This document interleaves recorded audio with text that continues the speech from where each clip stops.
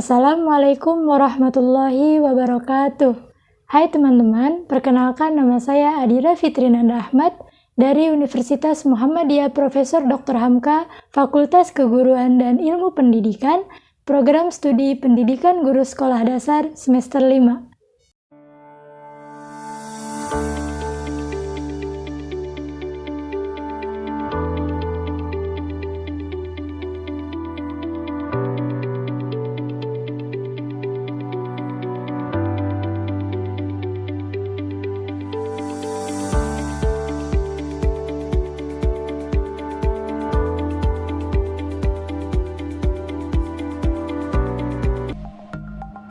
Pada Senin 27 September 2021, Alhamdulillah saya dan ke-6 rekan saya, yaitu Anggun Nikmakuro Ta'yun, Putri Fadilah Amroh, Rizka Nugrahani, Eliza Dwi Cahyanti, Muhammad Sulistiaji, serta Nanda Wali Adrian telah melaksanakan kegiatan pengenalan lapangan persekolahan tahap 1 berupa wawancara dengan pihak sekolah tujuan.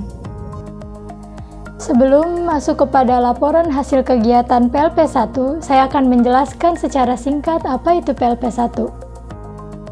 PLP1 adalah tahapan pertama di mana mahasiswa akan menjalani proses pengamatan atau observasi dan pemagangan yang dilakukan untuk mempelajari aspek pembelajaran dan pengelolaan pendidikan di satuan pendidikan.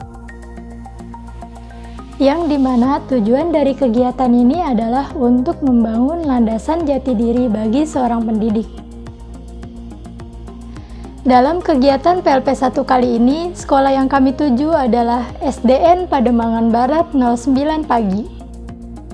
Kami berkesempatan mewawancarai dua narasumber, yaitu yang pertama dengan Bapak Caskim SPD selaku Kepala SDN Pademangan Barat 09 Pagi, serta Ibu Raihanita SPD selaku Guru Pamong. Pada kesempatan kali ini, saya akan memaparkan laporan hasil kegiatan PLP1 yang telah kami laksanakan. Berikut videonya.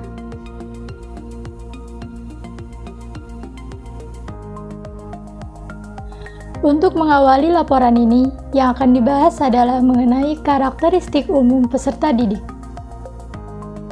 Karakteristik umum peserta didik dapat meliputi etnik, kultural, status sosial, minat, perkembangan kognitif, kemampuan awal, gaya belajar, motivasi, perkembangan emosi, perkembangan sosial, perkembangan moral dan spiritual, serta perkembangan motorik. Salah satu yang dibahas adalah mengenai motivasi belajar. Dalam pembelajaran daring pada saat pandemi tentu memiliki berbagai kendala. Dalam rangka menumbuhkan motivasi belajar, para guru di SDN Pademangan Barat 09 Pagi melaksanakan pembelajaran secara daring melalui Zoom Meeting yang dilaksanakan setiap 1 minggu atau 2 minggu sekali.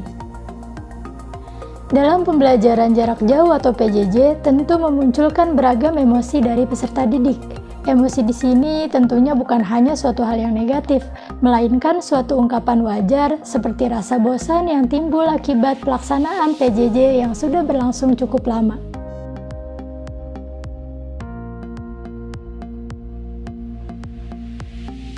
Poin kedua mengenai struktur organisasi dan tata kerja sekolah.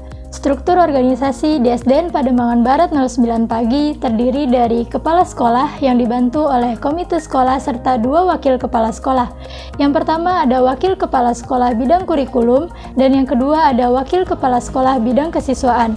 Kemudian ada struktur organisasi intrakurikuler yang terdiri dari guru kelas 1 sampai dengan guru kelas 6. Dan yang terakhir ada struktur organisasi tambahan seperti bidang kepramukaan, rohis, olahraga, dan lain sebagainya.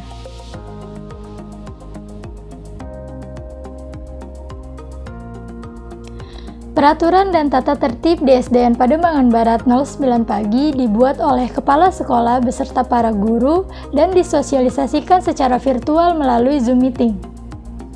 Bagi peserta didik yang melanggar peraturan dan tata tertib pada masa pandemi, sekolah mengambil kebijakan untuk memanggil orang tua secara luring dan kemudian dimintai keterangan mengenai pelanggaran yang dilakukan oleh peserta didik.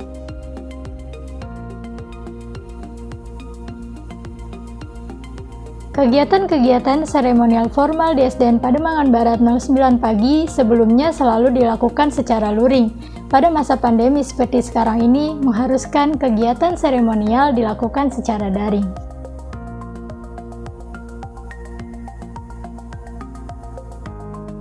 SDN Pademangan Barat 09 pagi tidak pernah melaksanakan kegiatan kokurikuler seperti kunjungan ke museum atau tempat edukasi lainnya.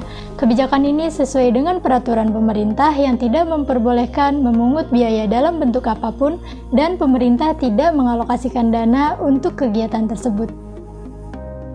Beralih dari kegiatan kokurikuler, SDN Pademangan Barat 09 pagi memiliki beberapa kegiatan ekstrakurikuler seperti seni tari, marawis, pramuka, pencaksilat, karate, dan paskibra. Untuk ekstrakurikuler wajib seperti pramuka dilaksanakan pada hari Rabu pukul 10 pagi. Dan untuk ekstrakurikuler yang lainnya dilaksanakan pada hari Sabtu dari pukul 7 hingga pukul 10 pagi.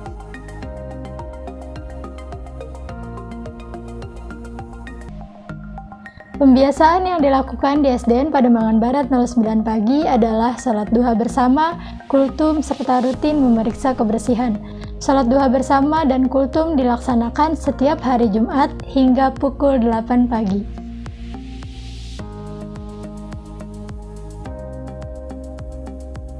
Kegiatan pembelajaran di SDN Pademangan Barat 09 pagi masih dilaksanakan secara daring melalui platform online seperti Zoom Meeting, Google Meet, WhatsApp Group, serta hampir 75% siswa sudah menggunakan Google Classroom. Metode yang paling banyak digunakan oleh para guru dalam pembelajaran adalah tanya jawab, penugasan, serta praktek melalui video.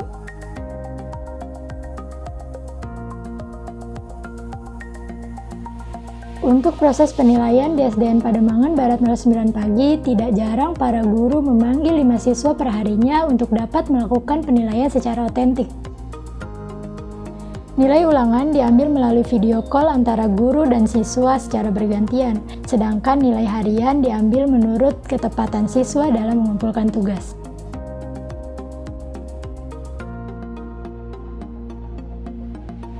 Poin selanjutnya mengenai kendala saat pembelajaran daring, luring, ataupun blended. Karena SDN Pademangan Barat 09 pagi masih melaksanakan pembelajaran secara daring, tentu kendala yang dihadapi sangatlah banyak. Kendala yang diungkapkan oleh salah satu guru antara lain penilaian menjadi tidak otentik, guru yang tidak bisa membimbing siswa secara langsung, serta siswa yang tidak memiliki gadget sehingga penyerahan tugas menjadi terlambat.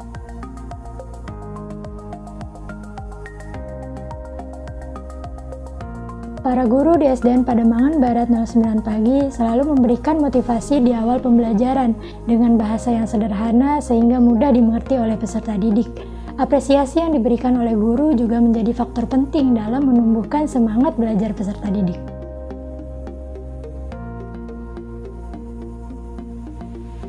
Tentunya adalah kami mensosialisasikan berbagai macam sosialisasi, ya, baik peraturan ini ya,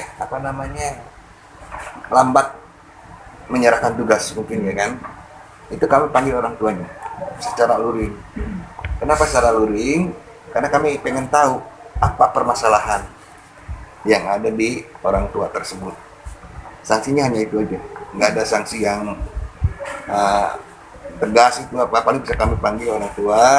Kami bertanya apa permasalahannya kok sampai terlambat menyerahkan tugas, ya kan? Ada dia seperti yang tadi saya katakan, dengan alasan dia kerja, HP-nya dipakai rame-rame, ya kan? Apa kegiatan kokurikuler yang rutin diselenggarakan pihak sekolah, seperti berkunjung ke museum atau tempat wisata edukasi lainnya? Ini yang dilaksanakan sebelum pandemi, Pak? Sebelum pandemi ya? Kokurikuler walaupun sebelum pandemi kami tidak pernah melaksanakan itu. Kenapa? Karena kita ini kan sama siswa tidak boleh memungut dalam bentuk apapun. Kemudian di dalam anggaran sekolah pun tidak ada anggaran untuk ke sana. Paling hanya ekstrakurikuler saja, yaitu ada karate, ada silat, ada pramuka, ada marawis, ada nari. Itu sebelum pandemi. Tapi setelah pandemi ini kami tidak melaksanakan secara luring, paling secara daring ya. Contohnya pramuka mungkin ya dikasih di YouTube ya, kemudian anak-anak menyimak, kemudian barulah anak-anak mengisi pertanyaan-pertanyaan tersebut. Ada berbagai macam ya, karena tidak semua guru itu menguasai teknologi. Jadi sekolah ini sebenarnya memberi bukan kebebasan, tetapi memberikan sesuatu hal yang lebih mudah diajarkan kepada murid dan guru menguasai ya. Karena hampir rata-rata juga di sekolah kami guru itu sudah mau masa pensiun. Kalau sudah masa pensiun kan memang secara teknologi agak kurang ya. Tetapi tetap beberapa kali teknologi itu tetap digunakan. Salah satunya mungkin dengan Zoom yang harus Zoom meeting itu paling tidak sebulan sekali harus diinikan. Walaupun dia kurang ngerti teknologi, biasanya guru-guru yang sudah tua di sekolah dibantu oleh kita untuk bisa Zoom meeting melalui Google Meet atau melalui Zoom. Terus yang pasti itu banyak sekali, mungkin lebih dari 75% memakai Classroom.